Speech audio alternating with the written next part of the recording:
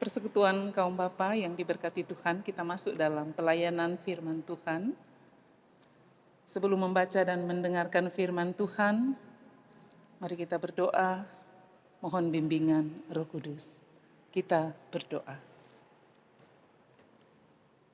Kami bersyukur dan memuji Engkau, ya Allah Bapa di sorga, karena kasih dan kemurahan Tuhan selalu menjadi bagian hidup kami.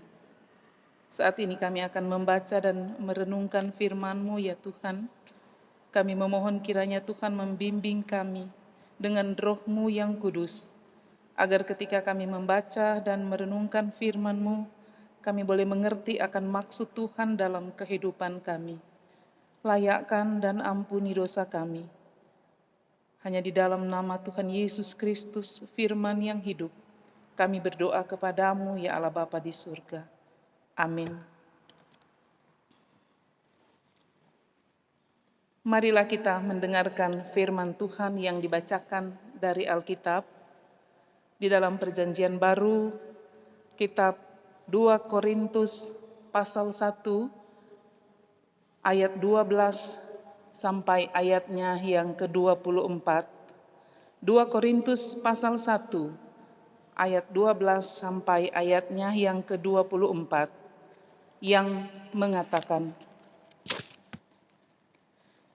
inilah yang kami megahkan, yaitu bahwa suara hati kami memberi kesaksian kepada kami, bahwa hidup kami di dunia ini, khususnya dalam hubungan kami dengan kamu, dikuasai oleh ketulusan dan kemurnian dari Allah, bukan oleh hikmat duniawi, tetapi oleh kekuatan kasih karunia Allah. Sebab kami hanya menuliskan kepada kamu apa yang dapat kamu baca dan pahamkan. Dan aku harap mudah-mudahan kamu akan memahaminya sepenuhnya, seperti yang telah kamu pahamkan sebagian dari kami. Yaitu bahwa pada hari Tuhan Yesus, kamu akan bermegah atas kami, seperti kami juga akan bermegah atas kamu. Berdasarkan keyakinan ini, aku pernah merencanakan untuk mengunjungi kamu dahulu, supaya kamu boleh menerima kasih karunia untuk kedua kalinya. Kemudian, aku mau meneruskan perjalananku ke Makedonia, lalu dari Makedonia kembali lagi kepada kamu, supaya kamu menolong aku dalam perjalananku ke Yudea. Jadi, adakah aku bertindak serampangan dalam merencanakan hal ini? Atau adakah aku membuat rencanaku itu menurut keinginanku sendiri, sehingga padaku serentak terdapat ya dan tidak?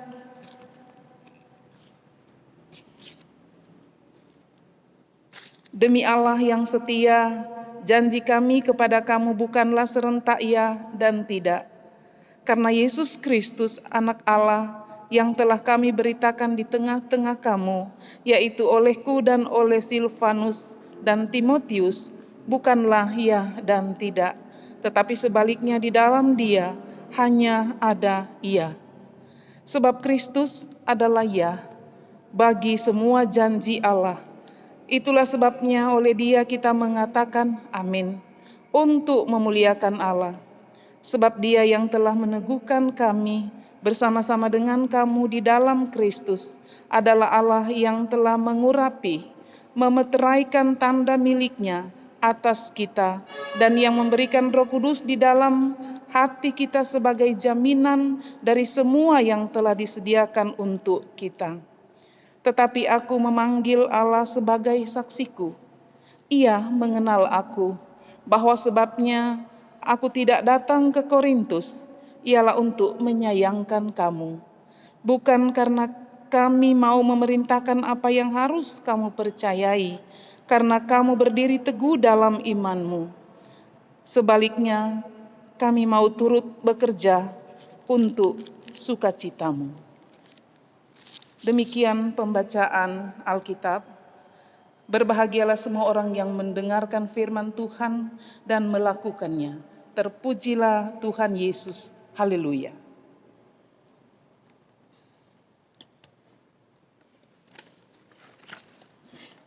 Persekutuan kaum bapa yang diberkati oleh Tuhan kita Yesus Kristus.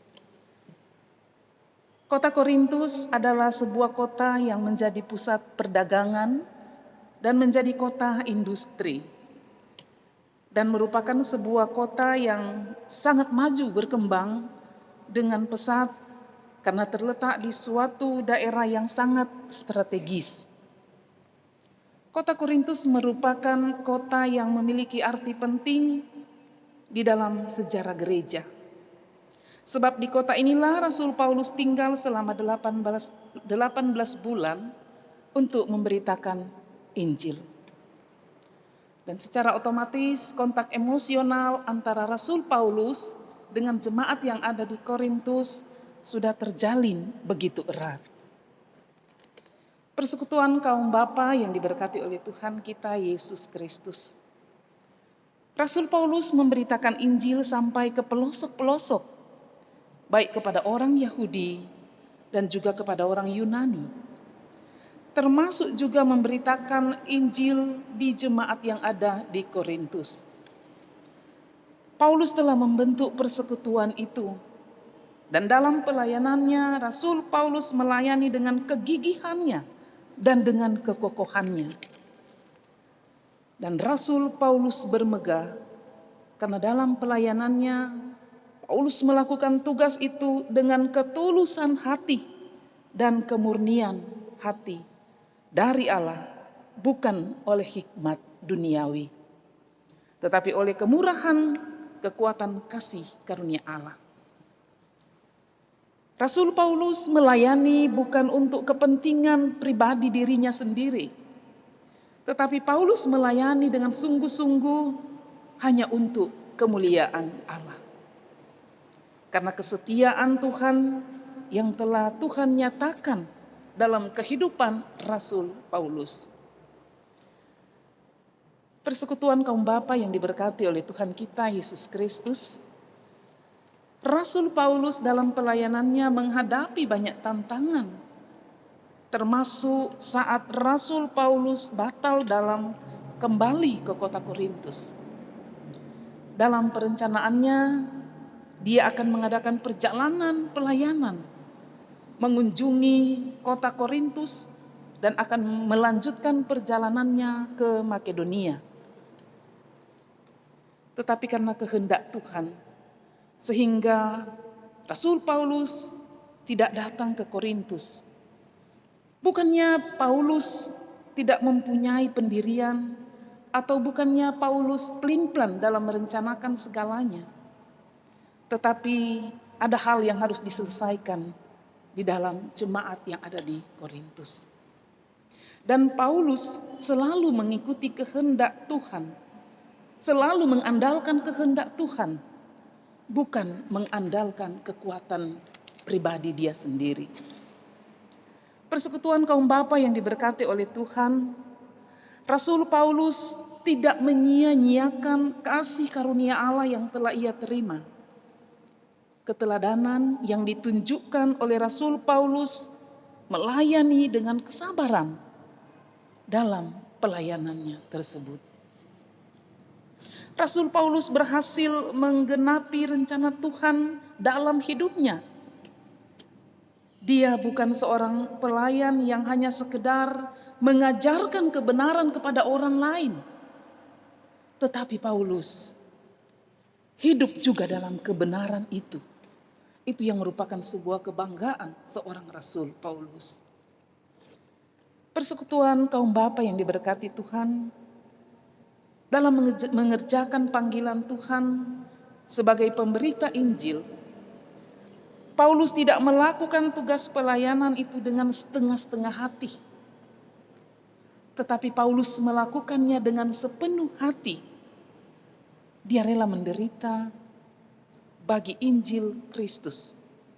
Bahkan nyawa pun jadi taruhannya. Sekalipun tantangan, ujian, dan penderitaan dia hadapi, tetapi Rasul Paulus tetap maju dan berjuang memberitakan Injil Kristus. Semangatnya menyala-nyala, semangatnya berkobar dan tidak pernah padam. Dengan segala ketulusan dan dengan segala kemurnian hati, Paulus tetap bersaksi dan melayani. Persekutuan kaum bapa yang diberkati oleh Tuhan kita Yesus Kristus, pada ibadah minggu yang lalu di jemaat GPIB Getsemani Balikpapan telah dituguhkan pengurus-pengurus Pelkat, termasuk di dalamnya pengurus Pelkat PKB. Tentu saja sebagai pengurus, mari kita jalani, mari kita jadikan sosok Rasul Paulus sebagai teladan dalam pelayanan kita. Mari kita melayani Tuhan dengan sebuah ketulusan dan kemurnian dari hati. Begitu juga dalam kehidupan keluarga, sebagai kepala rumah tangga, mari kita bersaksi, mari kita melayani dalam kehidupan keluarga kita sebagai kepala keluarga. Kita melayani dengan ketulusan dan kemurnian hati.